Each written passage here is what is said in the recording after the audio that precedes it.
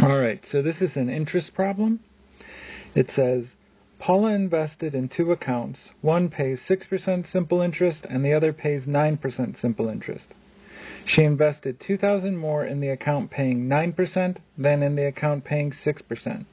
At the end of the first year, Paula's total return was $2,130.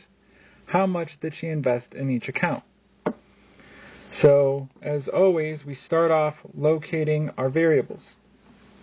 So it says, how much did she invest in each account?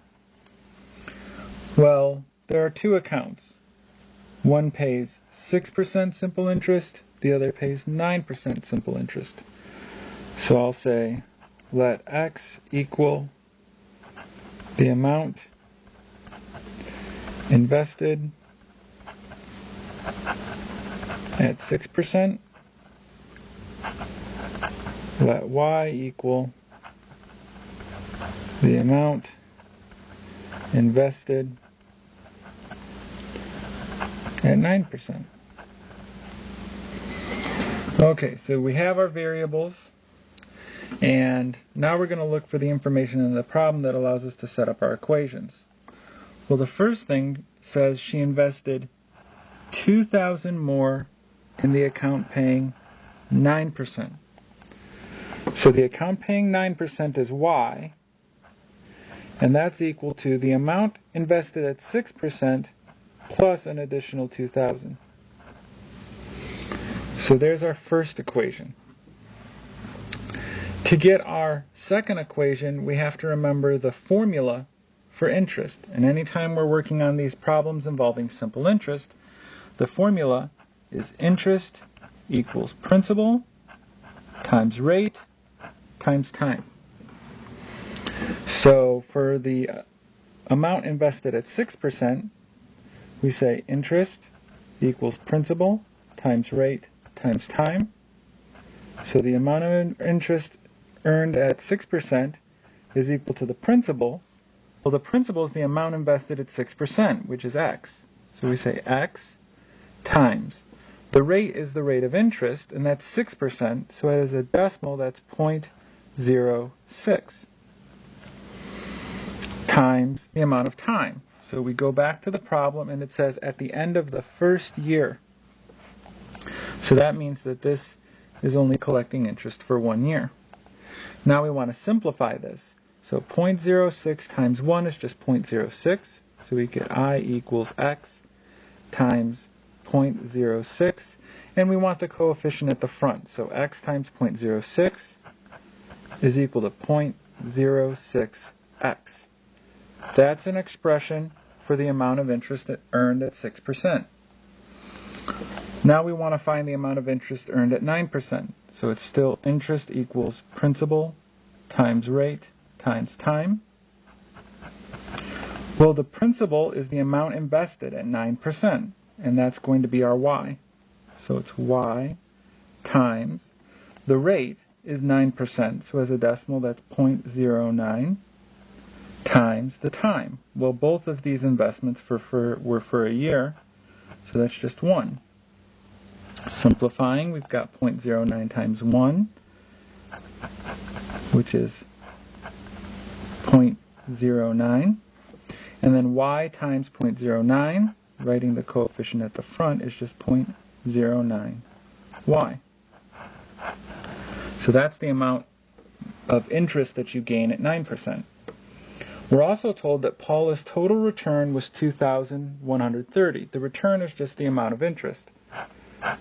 So that's our amount of interest, total, from both accounts. So if we take the amount of interest earned at 6% plus the amount of interest earned at 9%, we get a total of $2,130 in interest. So we have to figure out whether we want to solve this by substitution or addition. Since the first equation is solved for Y, then we can use substitution. So where we see a Y in our second equation, we're going to substitute in X plus 2,000. So I get 0.06X plus 0.09 times Y. and y is equal to x plus 2,000. So I write x plus 2,000 equals 2,130. Now I have to distribute, so that's going to give me 0.06x plus 0.09x plus 0.09 times 2,000 gives me 180 equals 2,130. The next step in solving for x is going to be to combine like terms. So 0.06x plus 0.09x is 0.15x plus 180 equals 2,130. In order to solve for x, I have to get the x term by itself, so I have to remove the 180. So we subtract 180 from both sides. That's going to give me 0.15x equals 180 minus 180 cancels, and then we've got 2,130 minus 180, which is going to give me 1,950. And then, in order to get the x by itself, we have to divide by 0.15. And that's going to give me x equals 13,000. So since this is dollars, I'll write it as $13,000. And x represents the amount invested at 6%. So we'll say $13,000 invested at 6%.